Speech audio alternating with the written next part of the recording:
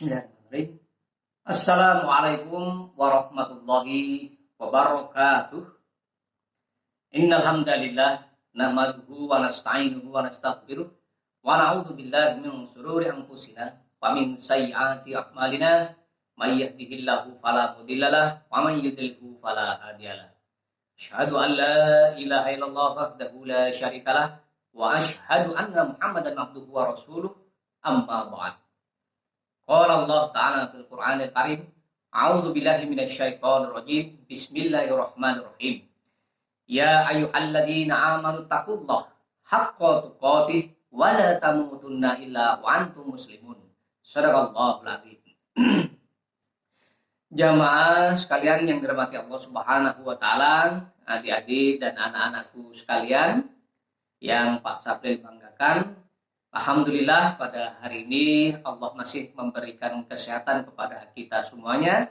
Allah masih memberikan satu kenikmatannya kepada kita, yaitu nikmat usia yang panjang, yang kita tidak tahu sampai kapan usia ini Allah berikan kepada kita.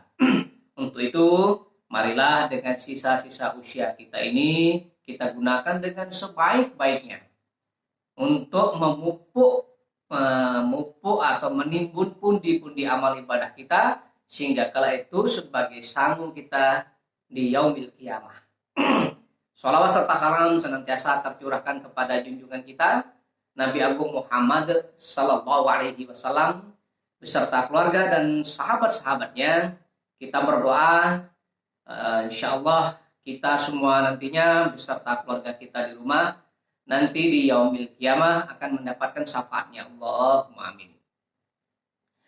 Adik-adik dan anak-anak yang dirahmati Allah Subhanahu wa taala, pada kesempatan kali ini Pak Sapril ingin menyampaikan sedikit tentang amalan ringan. Amalan ringan yang apabila dikerjakan, terutama di bulan suci Ramadan ini, itu ganjaran pahalanya sangat besar sekali. Nah, sampai di sini kira-kira ada yang tahu apa amalan tersebut? Ayo. Oke, amalan pertama adalah memperbanyak zikir. Zikir ini tidak harus kita kerjakan setelah selesai sholat saja, tetapi dapat kita laksanakan, kita kerjakan setiap saat. Dalam keadaan apapun, misalkan dalam keadaan kita berpergian, kita bisa berzikir. Dalam kita mengerjakan sesuatu sambil di dalam hati kita berzikir. Nah, dalam sebuah hadis yang diriwayatkan oleh Abu Hurairah, Rasulullah Shallallahu Alaihi Wasallam bersabda, ada dua kalimah yang dicintai oleh Allah Subhanahu Wa Taala. Ini amalan ini ringan dan bila dilafalkan atau diucapkan ini mempunyai ganjaran yang sangat besar, yaitu bacaannya subhanallah wa bihamdihi subhanallahil azim. Coba sekali lagi, subhanallahi wa bihamdihi subhanallahil azim. Nah, yang artinya adalah maha suci Allah, dan dengan memuji Allah, maha suci Allah yang maha agung. Hadis ini diriwayatkan oleh Bukhari. Yang kedua adalah menyempurnakan wudu. Kenapa dikatakan kita harus menyempurnakan wudu? Karena apa? Karena apabila wudu yang tidak sempurna, jangan berharap bahwa sholat yang kita kerjakan ini akan sempurna. Nah, ini banyak terjadi, terutama adik-adik dan anak-anak yang apabila datang mau sholat ke masjid secara berjamaah itu datangnya terlambat, atau di dalam berwudu itu terburu-buru. Sehingga apa? Sehingga di dalam berwudu itu ada bagian-bagian dari anggota tubuh yang semestinya terkena air wudu menjadi tidak terkena. Nah, sebaiknya bagaimana? Sebaiknya berwudu itu dengan tidak tergesa-gesa. Dan alangkah baiknya berwudulah dahulu sebelum berangkat ke masjid atau ke musola. Berwudu di rumah. Karena apa? Apabila kita telah berwudu atau bersuci dari rumah, berjalan kita menuju masjid atau menuju musola, setiap langkah, satu langkah kaki kanan akan mendapatkan satu kebaikan.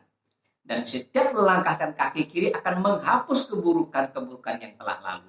Itu sudah luar biasa. Nah, dari Umar bin Khattab, Nabi Shallallahu Alaihi Wasallam bersabda, barang siapa yang berwudu dengan sempurna, kemudian selesai wudu dia membaca asyhadu an la ilaha illallah wa asyhadu anna Muhammadar Rasulullah, maka akan dibukakan untuknya pintu-pintu surga yang jumlahnya itu ada 8. Nah, dan ia boleh memilih atau masuk melalui pintu manapun yang ia sukai. Hadis ini diriwayatkan oleh Muslim. Jadi adik-adik dan anak-anakku sekalian, alangkah luar biasanya ganjaran yang diberikan apabila kita selesai berwudu kemudian kita membaca doa asyhadu an la ilaha illallah wa asyhadu anna Muhammadan abduhu wa rasuluh. Maka 8 pintu-pintu surga akan dibukakan semuanya untuk kita. Dan kita bebas memilih dari pintu mana saja yang akan kita masuki. Kemudian yang ketiga adalah sholat sunnah 2 rakaat sebelum subuh. Nah, ini kepada adik-adik dan anak-anak sekalian, bahwasanya memang sholat subuh berjamaah di masjid atau di musola ini sangat berat. Apabila tidak dilatih atau tidak terbiasa dilakukan. Karena apa? Karena di saat subuh itu kita ini sedang nyenyak-nyenyaknya tidur, betul enggak? Nah, sedang nyenyak-nyenyaknya tidur. Dan apa? Dan di waktu subuh itu udara sangat dingin. Jadi apa? Jadi menambah lelapnya kita tertidur. Nah, untuk itu mari kita berlatih, terutama bagi anak-anak dan adik-adik, remaja maupun nanti menjelang dewasa, ini dilatih. Karena apa? Karena Rasulullah Shallallahu Alaihi Wasallam bersabda, 2 rakaat sebelum subuh ini adalah lebih baik daripada dunia beserta isinya. Hadis riwayat oleh Muslim. Maksudnya bagaimana? Kapan dikerjakan sholat 2 rakaat ini?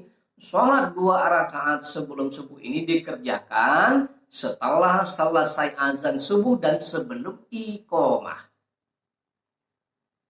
Apa saja yang dibaca? Rakaat pertama setelah Al-Fatihah cukup membaca ayatnya surah Al-Kafirun. Kemudian rakaat kedua setelah membaca Al-Fatihah yaitu membaca Al-Ikhlas atau Qul Huwallah. Maka apa yang telah kita kerjakan nanti itu ganjarannya itu melebihi dari seluruh dunia beserta isinya.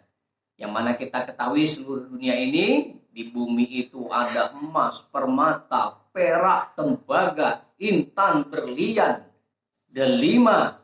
Kemudian ada minyak bumi yang saking banyaknya itu tidak ada apa-apanya dibandingkan ganjaran yang Allah berikan kepada kita apabila kita melaksanakan sholat sunnah 2 rakaat sebelum datangnya waktu sholat subuh. Jadi anak-anak dan adik-adikku sekalian yang dirahmati Allah, kiranya sementara itu dulu yang dapat ke Pak Sapri sampaikan. Masih ada beberapa lagi amalan ringan yang berpahala besar untuk video kali ini, karena durasi waktu dalam mengirimkan video ini adanya keterbatasan kuota atau megabyte-nya yang sangat besar. Makanya ini saya cukupkan sampai di sini dulu. Insyaallah akan ada video yang ketiga, kelanjutan daripada mengerjakan amalan ringan berpahala besar yang dikerjakan di bulan suci Ramadan. Demikian yang dapat Pak Sapri sampaikan. Kurang lebihnya mohon maaf. Assalamualaikum warahmatullahi wabarakatuh.